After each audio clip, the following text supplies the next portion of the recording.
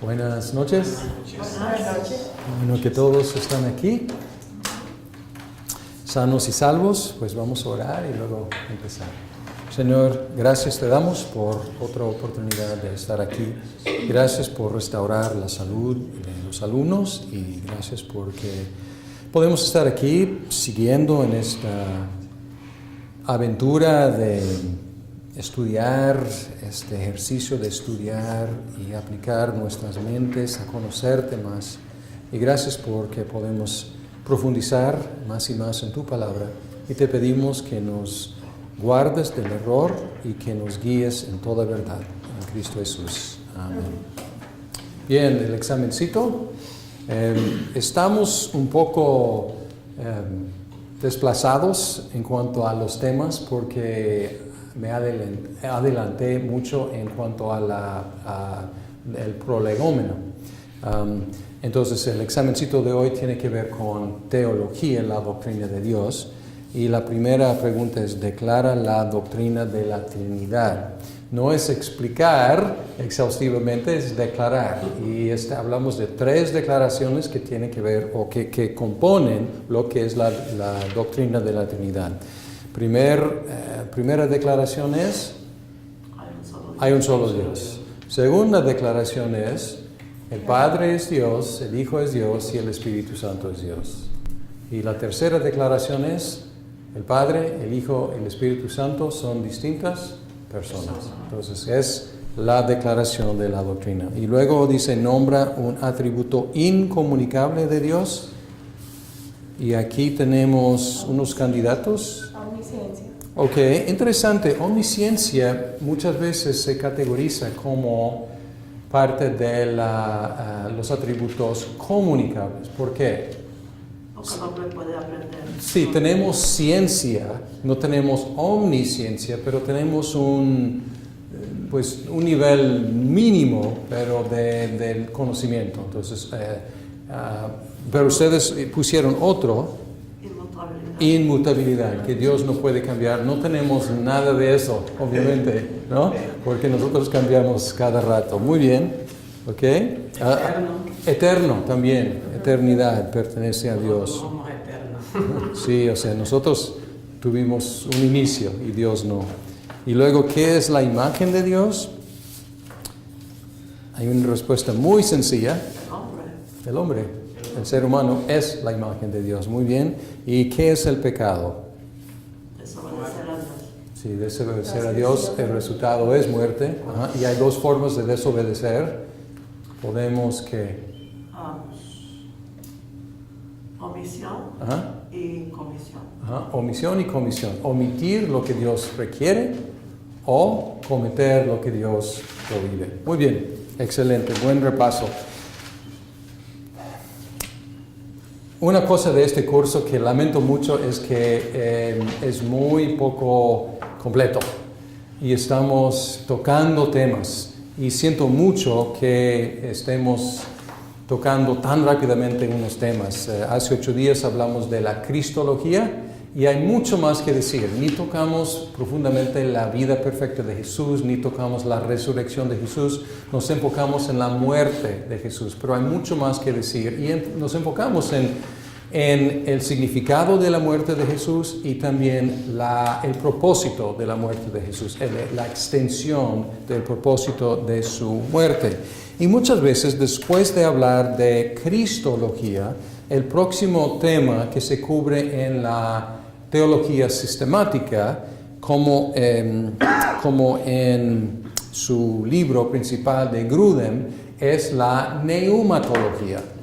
La neumatología, pero en este seminario tenemos otro orden.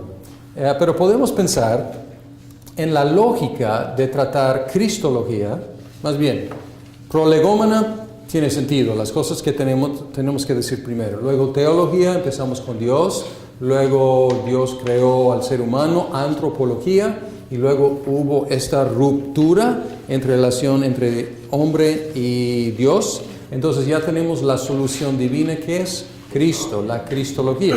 Ahora la lógica de seguir con la neumatología es: Cristo realizó Cristo compró la redención y ¿quién nos la aplica?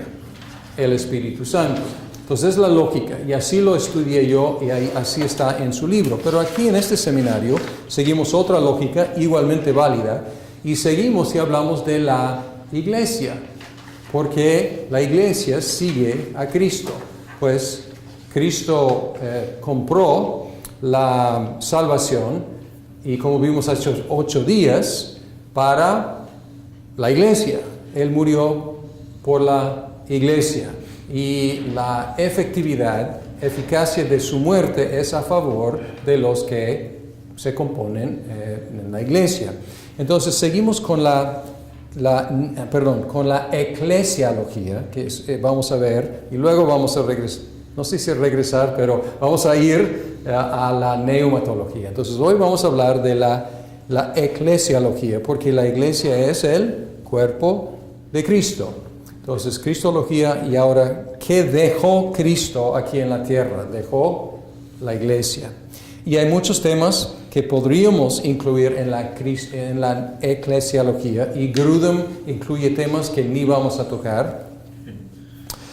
Por ejemplo, él tiene mucha discusión sobre los dones del Espíritu que se operan en la iglesia, pero ni vamos a entrar en eso. Vamos a hablar de la naturaleza de la iglesia, el gobierno de la iglesia, o la estructura, como quieren decirlo, los medios de gracia que se comunican en la iglesia, y vamos a luego dar, si Dios nos da tiempo y licencia aquí, atención especial a los sacramentos. También se llaman en algunas comunidades las ordenanzas. Entonces es una tarea muy grande para las 3 horas que tenemos juntos. Pero empezamos con la naturaleza de la iglesia. Y quiero darles un esquema para pensar en la iglesia. Y es un rango, un gama de opciones que vamos a considerar aquí, una gama de opciones, y vamos a pensar en objetivo y subjetivo. Objetivo y subjetivo, y luego vamos a tratar de pensar en puntos entre objetivo y subjetivo. Objetivo, cuando hablamos de algo que tiene una existencia objetiva, existe fuera de mí, tiene una existencia aparte de, tiene su propia existencia, su propia realización, y no depende de mí. Cuando hablo de algo subjetivo, es algo que experimento, es algo dentro de mí. Y vamos a encontrar que muchas veces no entendemos otros conceptos de la iglesia porque están operando en otro nivel de objetividad o subjetividad. Y vamos a tratar de colocarnos en un punto bíblico en cuanto a qué es la iglesia, cuál es su existencia. Otras palabras, y las tengo aquí en el pintarrón, cuando pensamos en un concepto objetivo, estamos enfocándonos en la estructura de la iglesia. Y cuando pensamos en lo subjetivo, un concepto subjetivo de la iglesia, estamos pensando en la experiencia que los miembros tienen en común. Entonces, un compromiso con cierta estructura es un concepto muy objetivo de la iglesia. Un compromiso con una experiencia compartida es un concepto muy subjetivo. Y en medio, pues hay diferentes, podemos tener un concepto mixto que enfatiza tanto estructura como experiencia. Y en medio, muchas veces lo que se enfatiza es la confesión en común. Entonces, es un punto intermedio o un punto que aprecia lo mejor de los dos, porque cuando hay una confesión en común, una confesión ¿de qué? De fe, de teología, de doctrina, esa doctrina tiene una existencia objetiva, no depende de mí. Sin embargo, mi confesión con mi boca, mi asentimiento, mi creencia en ese cuerpo de doctrina es una experiencia. ¿Me explico? Entonces, entonces un punto que es tanto objetivo como subjetivo es una postura confesional. Bien. Suena muy teórico. Vamos a poner unos nombres para pues explicar lo que estamos diciendo. Empezamos con el concepto más objetivo y externo. Y podríamos colocar aquí la Iglesia Católica Romana. En la Iglesia Católica Romana, ¿qué es la Iglesia? Pues la organización jerárquica de la Iglesia bajo la autoridad del Papa es la Iglesia.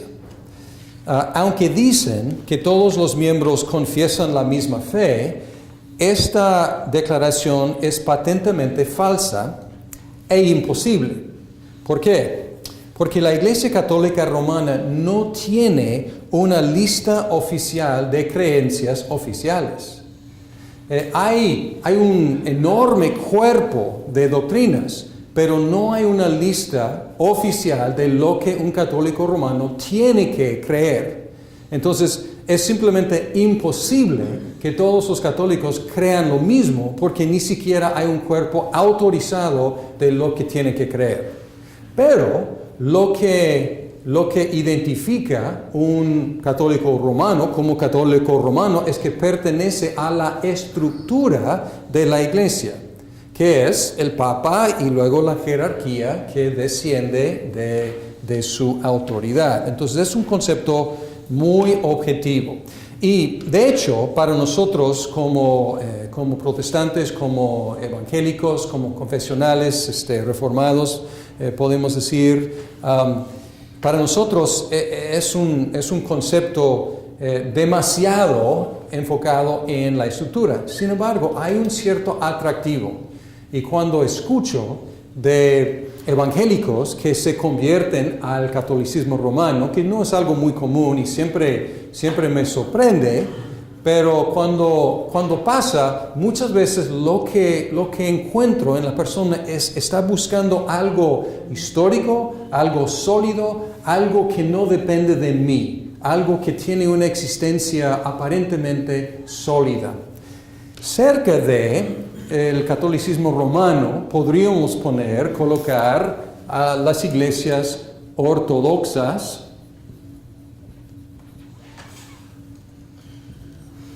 orientales. Y aquí estamos pensando en, por ejemplo, la ortodoxa griega, la ortodoxa rusa, la ortodoxa de Rumania, etc. Del este de Europa y de parte del Medio Oriente y Asia. En las iglesias ortodoxas es semejante porque enfatizan la estructura, pero pone menos énfasis en la organización y más énfasis en la confesión de la misma fe. Y aquí ellos tienen una ventaja, porque ellos tienen ciertas declaraciones que son históricas, objetivamente pueden decir esto es lo que los ortodoxos creemos. ¿Y cuáles son? Son los concilios ecuménicos, los primeros 7. Entonces, ¿cuál es la doctrina de las iglesias ortodoxas? Pues es la doctrina que está en los concilios ecuménicos, los primeros 7. Y hace 8 días consideramos algunos de estos, por ejemplo, Nicea, y Éfeso, Constantinopla, Calcedonia. Entonces son los primeros 4 y luego 7 primeros, y esta es nuestra doctrina. Entonces ellos son más, podemos decir, más confesionales, aunque tienen también énfasis en la estructura de la iglesia, pero no tienen una estructura tan unida. Ellos hablan de la iglesia ortodoxa, pero yo prefiero hablar de las iglesias ortodoxas porque tienen algunas están aliadas con el patriarca de Constantinopla y luego pues hay una separación aquí y allá, entonces es más fluido, entonces no es tan fija la estructura como en la Iglesia Católica Romana. Reconocen el patriarca de Constantinopla como líder espiritual, pero no hay autoridad como el Papa tiene. Bien, el concepto anglicano, la Iglesia de Inglaterra y las otras iglesias episcopales y anglicanas, pues podríamos también colocarles aquí, más o menos. ¿Por qué? Pues tienen un cuerpo de doctrina, pero también ellos reconocen lo que se llama la sucesión apostólica. Y reconocen, vamos a hablar más adelante de eso, pero la idea es que hubo desde los apóstoles una sucesión de ordenación de, pues ellos hablan de sacerdotes, pero de presbíteros, de obispos y sigue, y ellos afirman que esto ha sido una sucesión que no se ha roto en toda la historia y sigue. Y ellos dicen que en el arzobispado de Canterbury, pues ahí sigue esa sucesión. Entonces la idea es que pueden trazar su descendencia hasta los apóstoles. Entonces es un concepto como objetiva de estructura, que este linaje ha llegado sin rompimiento desde entonces, pero también tiene su cuerpo de doctrina. Bien, podemos hablar de las iglesias protestantes confesionales. No enfatizamos tanto la organización de la iglesia. De hecho, tenemos diferentes organizaciones de nuestras iglesias y nuestra organización, como bien saben, y hasta cierto punto es una pena para nosotros que hay tantas diferentes iglesias y no organizadas. Y es una acusación que los católicos romanos tienen en contra de nosotros, porque dicen, pues ustedes están completamente divididos y hay una sola iglesia. ¿Qué pasa con eso? Pero lo que tenemos, lo que enfatizamos, es la confesión de doctrinas explícitamente estipuladas y la comunión que nosotros tenemos en esas creencias, en esas doctrinas. Por ejemplo, en la iglesia presbiteriana, ¿qué tenemos? Tenemos la Confesión de Fe de Westminster, tenemos el Catecismo Menor y tenemos el Catecismo Mayor. Es nuestro cuerpo de doctrina. Entonces no es nada difícil preguntar qué cree un presbiteriano. Pues aquí está. Es el cuerpo de doctrina que nosotros afirmamos y nosotros tenemos comunión en nuestra confesión de esta doctrina. Entonces podríamos poner aquí en medio como reformados, presbiterianos,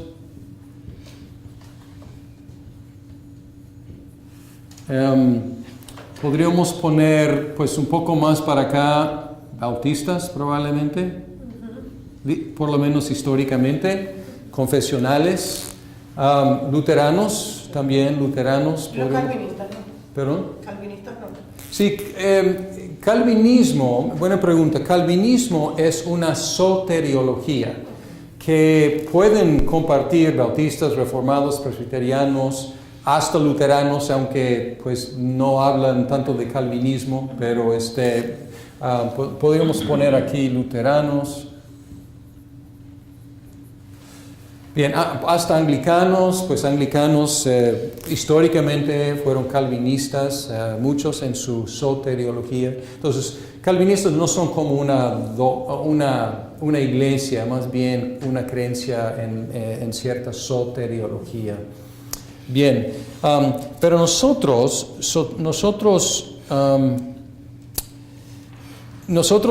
mantenemos mantenemos la creencia no solamente en cierta confesión, pero en una estructura.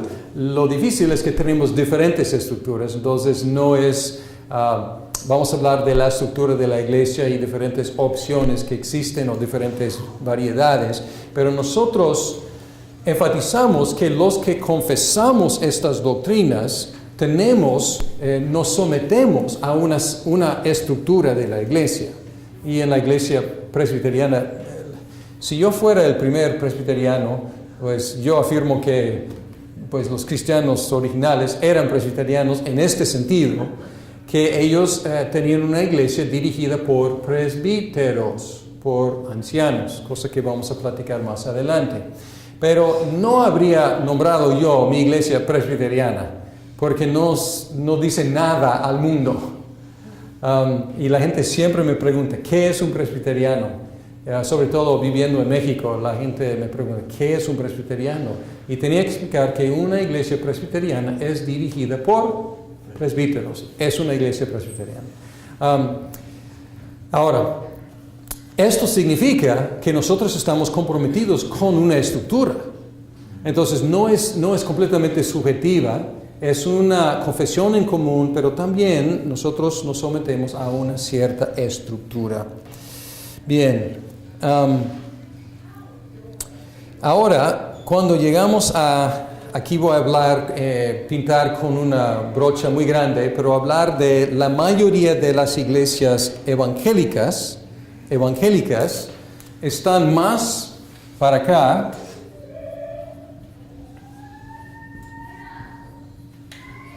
porque lo que enfatizan, o ¿cómo decirlo? Decirlo de otra forma, no tienen una confesión de fe histórica desarrollada como los luteranos, como los anglicanos, como los ortodoxos, como los presbiterianos, etc. Tienen un mínimo de doctrina. Y muchas veces pueden ir a sus páginas en el internet y pueden tener ahí lo que creemos. Y luego tienen como una página de lo que creen. Y es mínimo. Tienen ciertas declaraciones y es muy sencillo. Y con eso dicen, esto es lo que creemos. A veces alguien me escribió y preguntó, pues tienen una declaración de fe. Y dije, sí, pero es un libro, o de hecho son 3 libros. Y con gusto le comparto estos libros, pero él estaba buscando como una página. Y dije, pues, si quieren una página no tenemos. Pues, pero lo más cercano sería el Catecismo Menor, que son algunas páginas, pero y aquí está y es lo que creemos, ¿no? Y también los evangélicos muchas veces están comprometidos con una experiencia en común. La describen de diferentes formas. Utilizan lenguaje a veces bíblico. Nosotros hemos nacido de nuevo, hemos tenido esta experiencia. O nosotros y es una expresión no bíblica, pero hemos aceptado a Cristo en nuestros corazones, o algo así. Entonces estamos afirmando que somos parte de la iglesia, no por una alianza a un cuerpo de doctrina, ni mucho menos a una estructura, pero a una experiencia que hemos tenido en común. Bien, y si hablamos de anabaptistas, iglesias anabaptistas, ahora es para otro curso sobre la historia de la iglesia, pero en la Reforma, el tiempo de la Reforma protestante, tuvimos pues, la Iglesia Católica Romana, y luego tuvimos a los reformadores principales, Lutero, Calvino, Bullinger y otros, Farel, otros, y luego tuvimos la Reforma radical. Y radical es las raíces, es la idea. Y estos insistieron en que los reformadores principales no eran suficientemente radicales, no habían llegado a raíces. Y estos reformadores radicales acusaron a los reformadores principales de no haber cortado el cordón umbilical de la Iglesia Católica Romana. Entonces, para estos, los reformadores eran demasiado católicos romanos.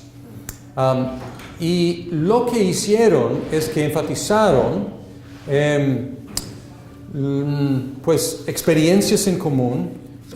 Muchas veces trataron de desenfatizar la estructura de la iglesia, enfatizaban el Espíritu Santo y empezaron a veces a enfatizar revelaciones personales que sus líderes carismáticos habían recibido. Entonces ellos tienen existencia hasta hoy. Históricamente, anabaptistas como los menonitas, los Amish, los que viven principalmente como en Pensilvania, Ohio, Indiana, pero hay otras comunidades, y tienen una mínima estructura. Por ejemplo, los Amish, ellos se reúnen los domingos en casas. No tienen iglesias, no tienen oficiales, quizás tienen los ancianos de la comunidad, sirven así, pero mínimo de estructura y mínimo de doctrina, y más bien es una experiencia en común. Entonces podríamos poner aquí anabaptistas,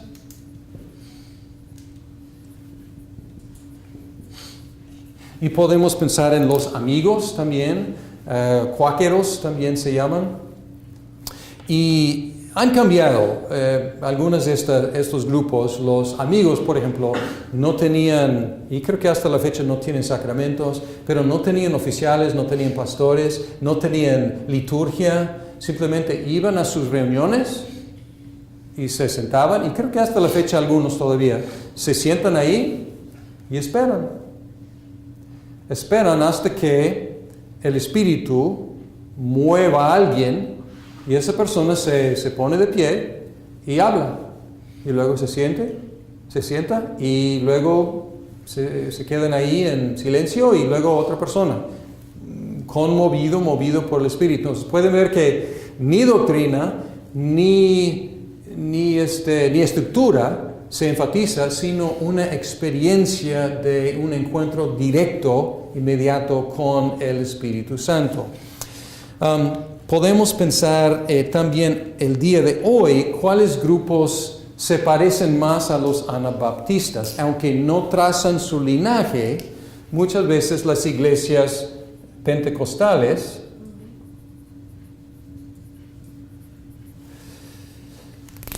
desarrollan una estructura, pero la alianza no es tanto con la estructura de la iglesia. Tienen doctrina, pero a veces no tan desarrollado como iglesias más históricas. Pero ¿qué tienen? ¿Qué les unifica? Ciertas experiencias que tienen en común. Puede ser como hablar en lenguas o puede ser ciertos dones, pero enfatizan más lo subjetivo. Bien, para resumir, y luego vamos a tratar de ver un texto que a lo mejor nos puede ayudar. Para resumir, podemos decir que algunas iglesias encuentran su identidad esencial en la estructura, otras en la confesión, y cuando digo confesión no estoy hablando de confesar pecados, estoy hablando de la profesión que tienen en común, la confesión de la fe, y otras en la experiencia. Y es una cuestión de énfasis, porque cada iglesia necesita tener por lo menos un poquito de doctrina, cada iglesia necesita tener por lo menos algo de experiencia en común, y cada iglesia necesita tener una estructura. Pero estoy hablando de énfasis, cuáles iglesias enfatizan una u otra de estas énfasis. Bien, hoy en día está de moda afirmar la espiritualidad y rechazar la religión. ¿Cuántas veces desde que regresé de México he escuchado, y aún en México escuchaba esto, pero llegando aquí a los Estados Unidos he escuchado de alguien que históricamente era judío, alguien que históricamente era musulmán, otro que históricamente, o sea, de su trasfondo era católico romano, y otros que eran evangélicos, y tienen la misma como confesión de fe. Dicen, soy espiritual, mas no religioso. ¿Qué están diciendo? Están diciendo que tengo una cierta experiencia de Dios y quiero retener esa experiencia, pero no me identifico con ningún grupo establecido. Entonces, hasta cierto punto, hoy en día, la religión popular en el occidente, en los Estados Unidos por lo menos, va por acá. Al mismo tiempo, hay gente atraída a las iglesias más estructuradas. ¿Por qué? Porque se han cansado de este énfasis tan subjetivo y están buscando raíces, están buscando solidez. Y estamos encontrando una migración en la otra dirección. Y hemos visto, por ejemplo, grupos acá que están migrando hacia las iglesias protestantes confesionales y a veces más hacia iglesias como la anglicana o hasta la ortodoxa y la católica romana. Entonces, ¿qué están buscando? Pues solidez, historicidad.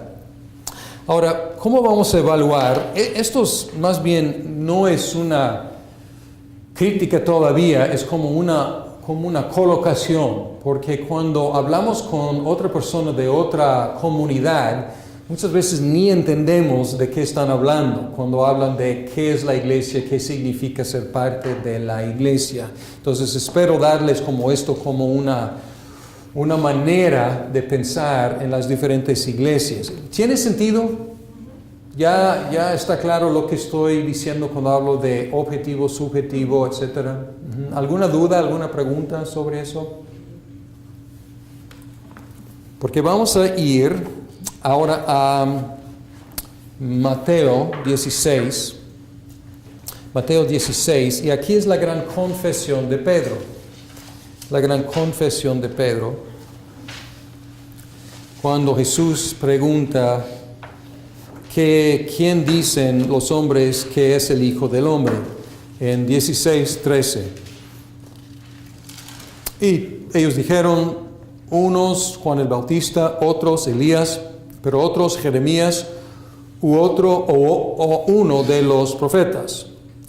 Él les dijo, ¿y vosotros quién decís que soy yo? Respondiendo Simón Pedro, dijo, tú eres el Cristo, el Hijo del Dios viviente. Y Jesús respondiendo le dijo, bienaventurado eres Simón, hijo de Jonás, porque esto no te lo reveló carne ni sangre, sino mi Padre que está en los cielos. Yo también te digo que tú eres Pedro, y sobre esta roca edificaré mi iglesia, y las puertas del Hades no prevalecerán contra ella. Yo te daré las llaves del reino de los cielos, y lo que ates en la tierra será atado en los cielos, y lo que desates en la tierra será desatado en los cielos. Pueden saber quizás que para los católicos romanos este texto es fundamental, porque dicen sobre quién está edificada la iglesia, sobre Pedro. Y luego de ahí desarrollaron la sucesión apostólica y ellos han ido para atrás y pueden encontrar sus listas y primero pusieron a Pedro en Roma como el primer obispo de Roma y luego han hecho una lista de todos los obispos de Roma hasta la fecha. Entonces, algo impresionante esta obra que han hecho, diciendo que hay un linaje, una línea continua que no se ha roto a través de toda la historia, y quien esté en esta línea es el vicario de Pedro, y ahora hablan también del vicario de Cristo, el que está en lugar de en medio o aquí en representación de él. Pues para ellos es contundente sobre Pedro. Pedro, un hombre que existió, no es mi experiencia, es más bien una existencia objetiva, y ellos también tratan de trazar esa sucesión apostólica y dicen es objetiva, existió, aconteció, sucedió, y nosotros estamos así, la iglesia. Bien, si seguimos leyendo, dice entonces, ortodoxos. Dice aquí a Pedro, yo te daré las llaves del reino. Entonces los católicos dicen, Pedro tiene las llaves del reino. En otro texto, Cristo da las llaves del reino a todos los apóstoles. Entonces, los ortodoxos dicen, sí, Pedro, pero no solo Pedro. Y ellos dicen que nosotros descendimos de otros de los apóstoles. Pedro no fue el único. Entonces, ellos también tienen esta idea de objetividad de un linaje, pero dicen que pues todos los apóstoles. Y seguimos leyendo aquí, y dice, entonces ordenó a los discípulos que nadie dijera que él era el Cristo. Desde entonces Jesucristo comenzó a declarar a sus discípulos que debía ir a Jerusalén y sufrir muchas cosas de parte de los ancianos, de los principales sacerdotes y de los escribas, y ser muerto y resucitar al tercer día. Y tomándole aparte, Pedro comenzó a reprenderle diciendo, no lo permita Dios, Señor, eso nunca te acontecerá. Pero volviendo él, dijo a Pedro, quítate de delante de mí, Satanás, me eres piedra de tropiezo, porque no estás pensando en las cosas de Dios, sino en las de los hombres. Entonces, encontramos aquí una gran mutabilidad en Pedro. Primero, él dice, tú eres el Cristo, y atina, tú eres el Cristo. Y Cristo dice, sobre ti voy a edificar la iglesia. Y nosotros seguimos leyendo y encontramos que históricamente es lo que Dios hizo. ¿Quién se paró en el día de Pentecostés para predicar a millares? Pedro, y hubo una gran cosecha. ¿Quién fue el primero en predicar a los gentiles y bautizar a los gentiles? Pedro. Entonces, históricamente, ¿qué hizo Dios? Edificó su iglesia sobre el ministerio de Pedro. Abrió a los judíos y abrió a los gentiles al evangelio por medio de Pedro.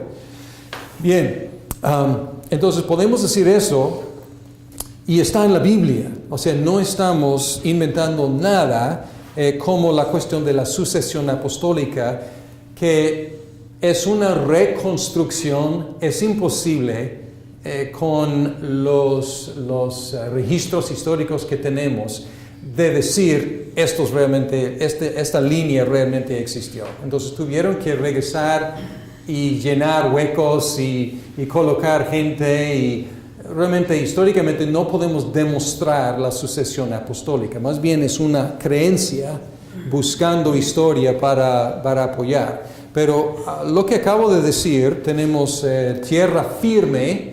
Podemos decir que históricamente, en el libro de los Hechos, Cristo edificó su iglesia sobre la predicación de Pedro. Y cuando seguimos leyendo aquí, encontramos que este Pedro, que es roca de la iglesia, luego de repente empieza a decir cosas que son contra el evangelio, contra el plan de Dios. ¿Y qué dice Jesús? Quítate delante de mí, Satanás. Entonces, ¿qué pasó? Pedro objetivamente no cambió, fue el mismo Pedro, ¿de acuerdo? Pero su confesión cambió. Entonces, cuando es Pedro confesando que Jesús es el Cristo, el Hijo de Dios, pues es roca de la iglesia. Cuando es Pedro negando la muerte y la resurrección de Cristo y diciendo que no pase, no vamos a permitir eso, pues Jesús le dice, quítate de mí, Satanás, porque no estás poniendo atención a las cosas de Dios, sino las cosas de los hombres. Entonces, ¿Qué es lo importante aquí? Sí, Pedro como persona muy importante, pero lo más importante es lo que Pedro está confesando. Entonces, aquí que tenemos, yo creo que tenemos base tanto aquí como en el libro de los Hechos para colocarnos en medio de este rango. Decir que sí, la historia es importante, sí, la conexión con las figuras históricas tiene su importancia, pero lo más importante es la cuestión de la confesión de fe, la confesión de la verdad.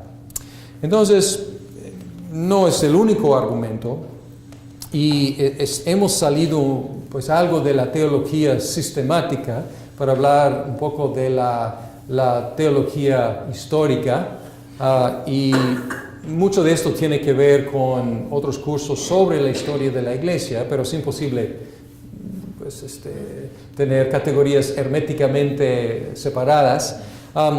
Pero de este texto y del libro de los Hechos encontramos una base para decir que el concepto que debemos tener de la iglesia no es completamente objetivo, ni siquiera subjetivo, sino pues una apreciación por la estructura que Cristo ha creado, ha puesto, y también y una conexión con esa estructura, y también una confesión de la fe que Él dejó, y una confesión de la verdad. Bien. ¿Tiene sentido? ¿Está claro? Bien. Cuando hablamos de los atributos de la iglesia, ya hemos hablado de los atributos de Dios y también hablamos de los atributos de la iglesia, y estos atributos tienen forma en la forma confesional en el credo niceno, donde confesamos que creemos en una santa iglesia católica y apostólica. Y obviamente los diferentes conceptos de la naturaleza de la iglesia van a afectar dónde y cómo se manifiestan los atributos de la iglesia. Entre más objetivo y externo el concepto, más concretamente se manifiestan. Son hechos siempre realizados. Entre más subjetivo e interno el concepto, más existencialmente, o sea, experiencialmente se manifiestan y son hechos parcialmente realizados y además una meta para realizarse al nivel interpersonal. ¿Qué quiero decir con eso? Vamos a hablar de una. Confesamos que hay una sola iglesia. Si tenemos un concepto objetivo de la iglesia, la unidad se ve claramente en la jerarquía de la iglesia. Y los católicos romanos dicen, y es una cierta jactancia de ellos y un argumento a favor de su iglesia, es decir, nosotros somos estructuralmente unidos. Y nosotros tenemos una cabeza que es el Papa y somos parte de esa jerarquía. Y es cierto. Entonces, la unidad de la iglesia ya existe en la jerarquía. El concepto más subjetivo, la unidad se ve en la fe y la experiencia comunes de los creyentes. ¿Se acuerdan del corito? Somos uno en el espíritu y uno en el amor, ¿no? Creo que de los 70s, algo así. No voy a cantarles porque no quiero correrles de aquí y espantarles, pero un corito que decía, somos uno en el espíritu y uno en el amor. ¿Y qué están enfatizando? Nuestra experiencia es común. Ahora, el concepto confesional, ¿dónde se ve la unidad de la iglesia? Se ve en la confesión de la misma fe, la profesión de la misma fe. Entonces, no es completamente subjetivo, ni completamente objetivo, más bien es la confesión, que es nuestra experiencia, pero de la misma fe, de la misma doctrina. Una, santa. ¿Cuál es la santidad de la iglesia? ¿Dónde se ve en las iglesias que tienen una identidad objetiva? Pues se ve en las actividades oficiales de la iglesia. Entonces la jerarquía hace sus cosas y ahí es la santidad, está realizada. Concepto subjetivo, la santidad se ve en las vidas de los miembros, la vida santa de los miembros. Y el concepto confesional, la santidad se ve en la identidad de la iglesia como la comunidad de los santos y en las vidas santas. Entonces, sí, hay una identidad como comunidad de los apartados, los santos. Existe aparte de cómo estamos viviendo nuestras vidas, pero también enfatizamos, como las iglesias subjetivas, que nuestras vidas deben ir de acuerdo con la santidad que profesamos ser. Cuando hablamos de la catolicidad de la iglesia, pues en la iglesia católica, pues está muy fácil, ¿no? Catolicidad significa ¿qué? Significa universalidad. Y escuché recientemente de un miembro de Cruzada Estudiantil, ahora simplemente dice CRU, el ministerio CRU, que es un ministerio muy evangélico, son los que publican y distribuyen la película Jesús. Y escuché recientemente de uno de sus oficiales o funcionarios que él ya ha ido con la Iglesia Católica.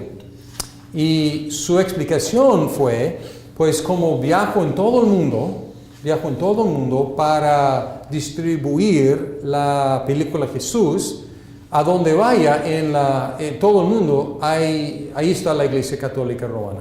Entonces es una iglesia universal y es una sola en todo el mundo y ahí vemos su universalidad. A donde vaya, ahí está. Concepto subjetivo. La catolicidad se ve en la extensión de la fe cristiana a todos los pueblos. No es que tenga la misma manifestación, pero ahí está en todo el mundo. Pero no podemos como verla fácilmente, pero ahí está en diferentes estructuras. Entonces el concepto es que la fe y la experiencia de creer en Cristo ahí va difundiéndose en todo el mundo. Luego, vamos a usar un ejemplo de un concepto confesional de catolicidad en Confesión de Fe de Westminster 25, párrafo 1 y 2. Dice, la Iglesia Católica o universal, que es invisible, se compone del número de los elegidos que han sido, son o serán reunidos en uno, bajo Cristo la cabeza de la iglesia, y es la esposa, el cuerpo, la plenitud de aquel que llena todo en todo. Entonces, este concepto es, vamos a hablar de la iglesia visible, invisible, pero aquí vemos esta distinción. Dice que la iglesia católica es invisible, o sea, no está hablando de una estructura. Está hablando de que es universal porque se compone de todos los verdaderos creyentes en todo el tiempo, en todas partes del mundo.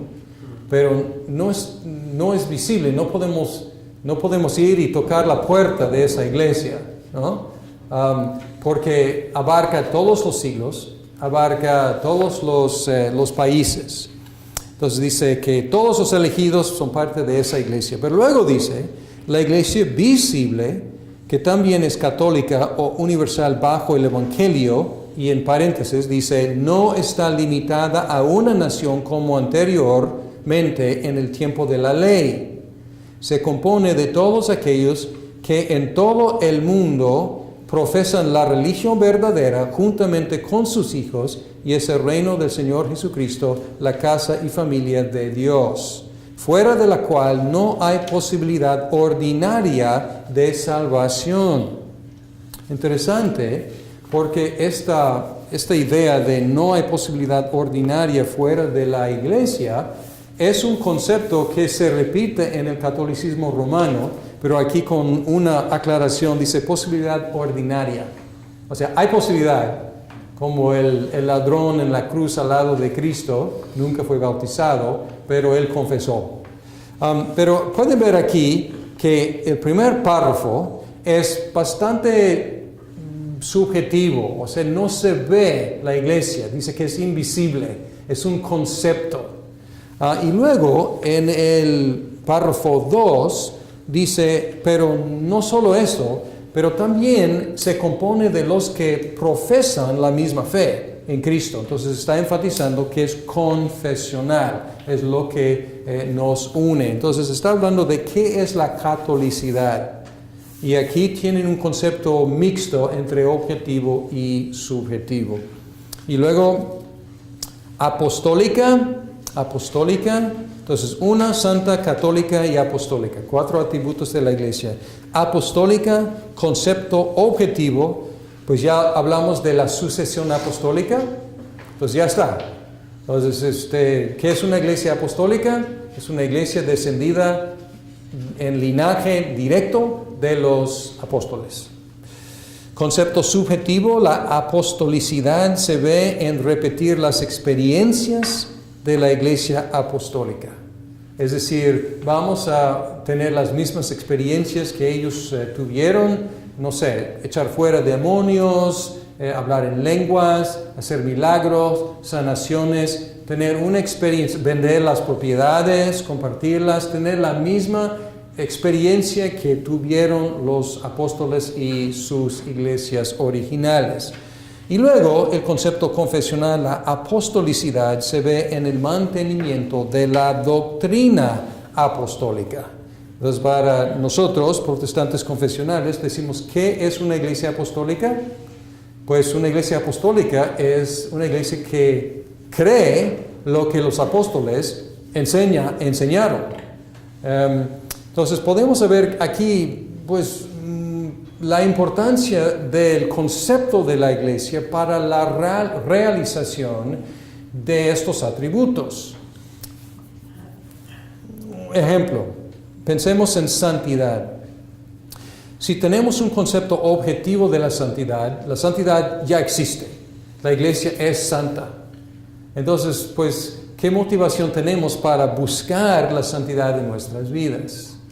O, si somos completamente subjetivos, la santidad de la iglesia se ve en mi vida, en mi santa vida. ¿Qué motivación tengo para santificar el cuerpo de Cristo y buscar su pureza?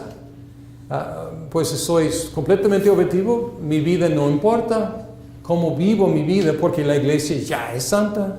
O si pues, la cuestión de santidad simplemente es mi experiencia, mi práctica de santidad, entonces, ¿qué me importa pues la iglesia y cómo se comporta la iglesia? No sé si este ejemplo sea claro, pero el concepto de la iglesia tiene mucho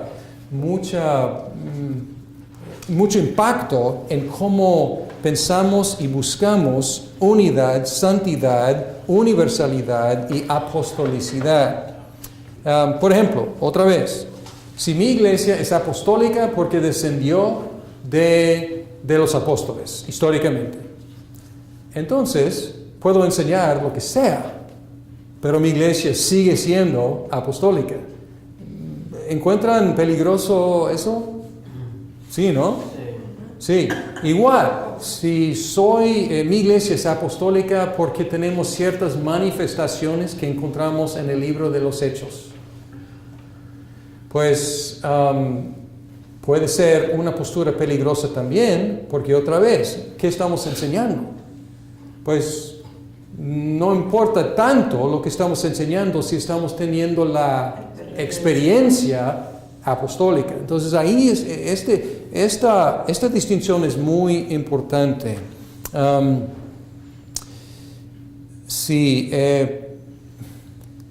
la mayoría, podría decir yo, de los evangélicos y protestantes, luchamos mucho con esta cuestión de la unidad. Porque cuando hablamos de la unidad, como no tenemos unidad estructural, decimos, no importa. Nosotros vamos a llevarnos bien con nuestros hermanos. Vamos a tener una experiencia de ser cristianos. Pero nosotros muchas veces no luchamos para buscar una unidad a nivel de organización. Entonces podemos simplemente decir no importa y refugiarnos en subjetividad. Entonces está claro porque estos conceptos tienen sus realizaciones en la vida de la iglesia. Si mi iglesia ya es santa por definición, pues ¿para qué buscar la santidad? ¿No? Es un por ejemplo. Y no digo que no haya problema con confesión también. Si solamente enfatizamos doctrina y no pensamos en vida ni en estructura, pues también puede ser un peligro.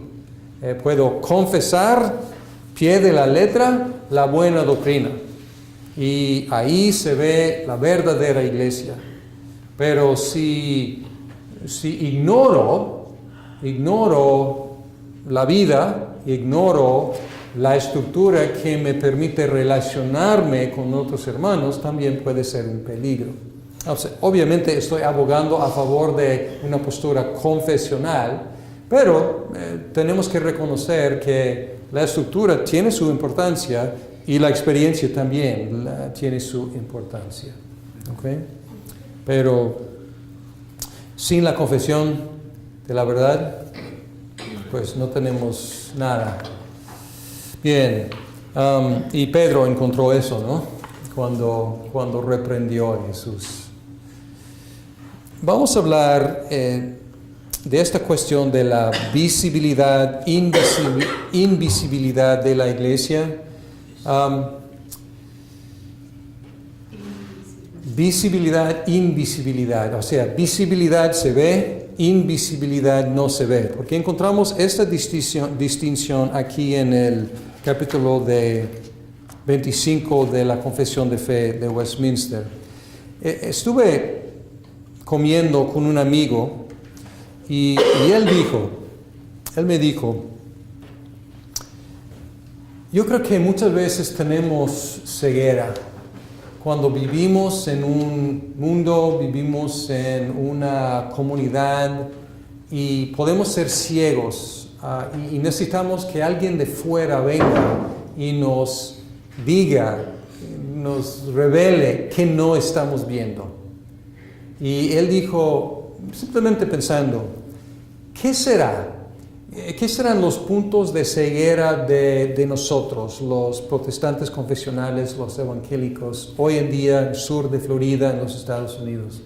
Yo me atreví a opinar, porque soy de alguna forma un extranjero.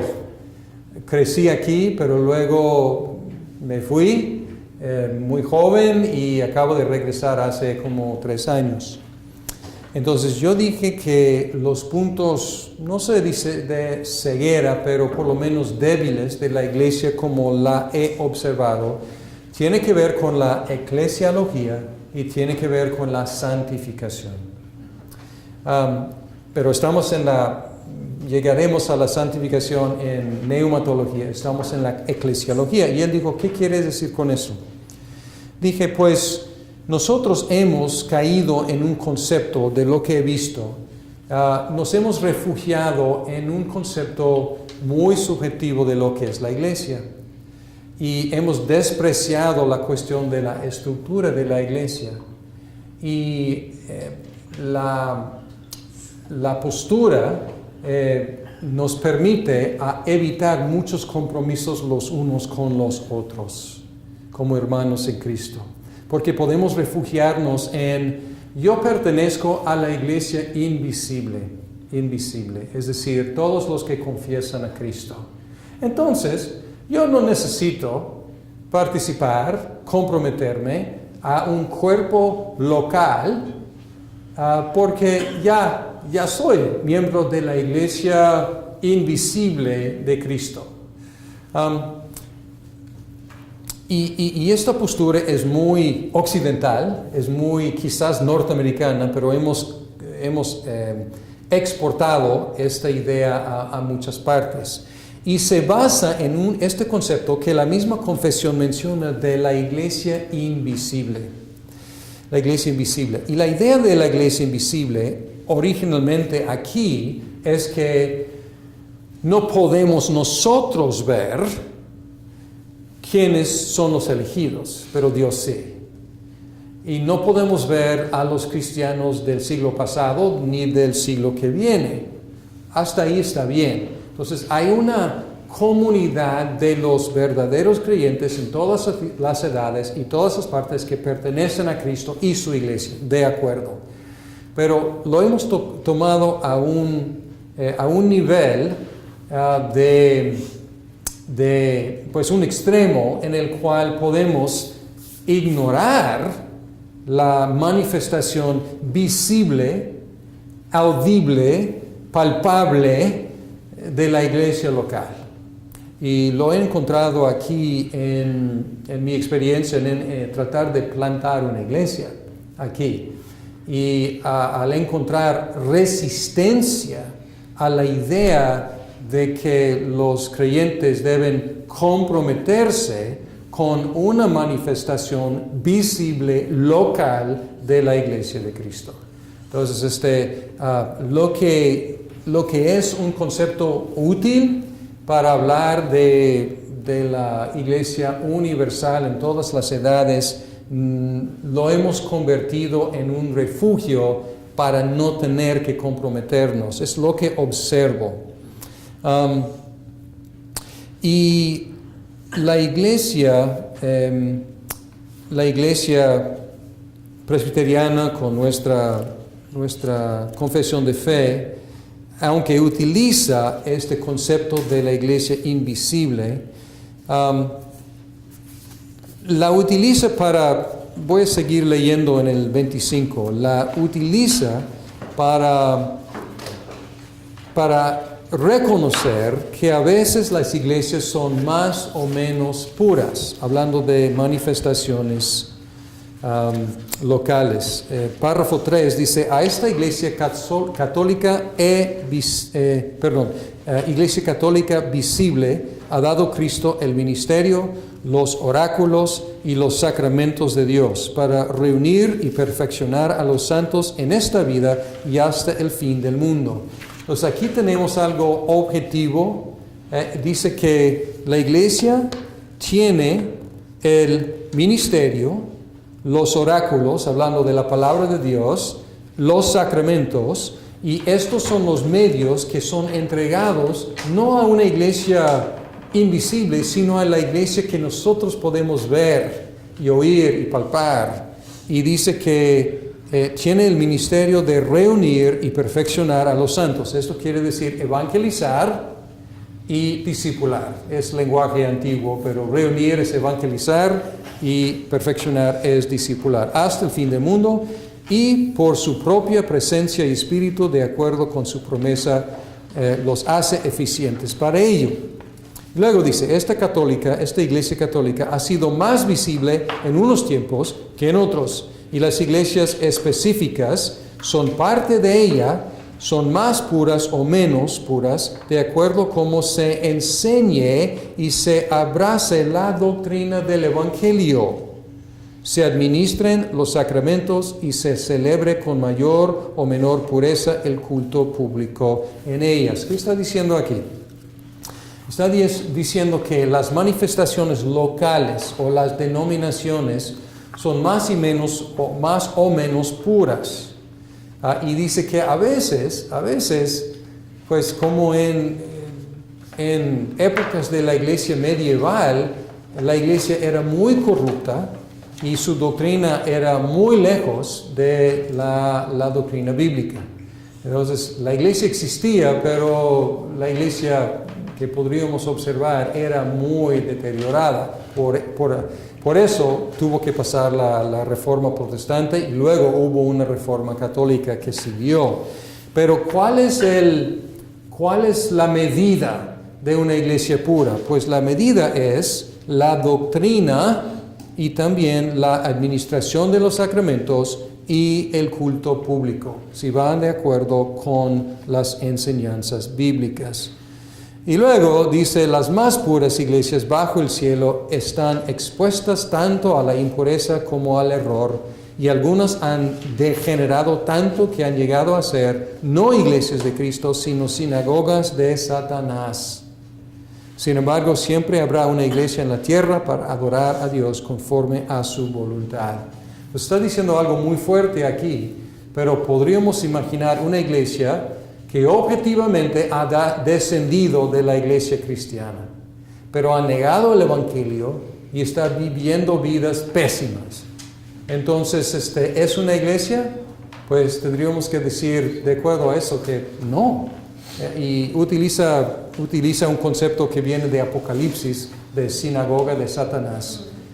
Aunque tenga la estructura histórica, si no confiesa el evangelio ni vive como una iglesia cristiana, pues ya no es iglesia cristiana. Entonces no puede refugiarse en su objetividad.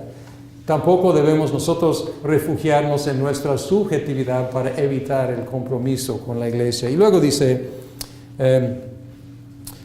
en el párrafo 6, dice, no hay otra cabeza de la iglesia sino el Señor Jesucristo, ni puede en ningún sentido el Papa de Roma ser cabeza de ella. Entonces esto es una, obviamente, polémica aquí contra la iglesia católica y aquí la afirmación de que Cristo es la única cabeza de la iglesia.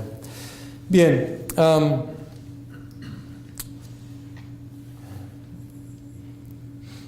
yo creo que hasta ahí vamos a tomar un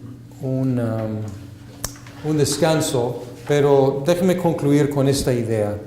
Podemos confesar una iglesia santa, una santa iglesia católica y apostólica que existe, pero también podemos concebir de todos estos como metas para la iglesia, porque no están realizados completamente. Podemos buscar, somos una iglesia, unidos, sí, pero buscando más unión. Somos una iglesia santa, apartada, viviendo vidas santas, sí, pero nos hace mucha falta buscar más santidad. Podemos decir que somos una iglesia universal, católica, pero no hemos llegado a todos los pueblos del mundo, hasta los confines del mundo. Entonces tenemos que seguir extendiendo las fronteras para que seamos de veras una iglesia universal en todo el mundo. Y podemos confesar que somos una iglesia apostólica porque confesamos la doctrina apostólica, pero siempre hay errores, siempre hay desviaciones y siempre tenemos que estar regresando a la doctrina, a la enseñanza apostólica para perfeccionar lo que afirmamos y lo que creemos. Entonces son atributos y al mismo tiempo son metas y aspiraciones de la iglesia. Regresemos después de un breve descanso para hablar del gobierno de la iglesia.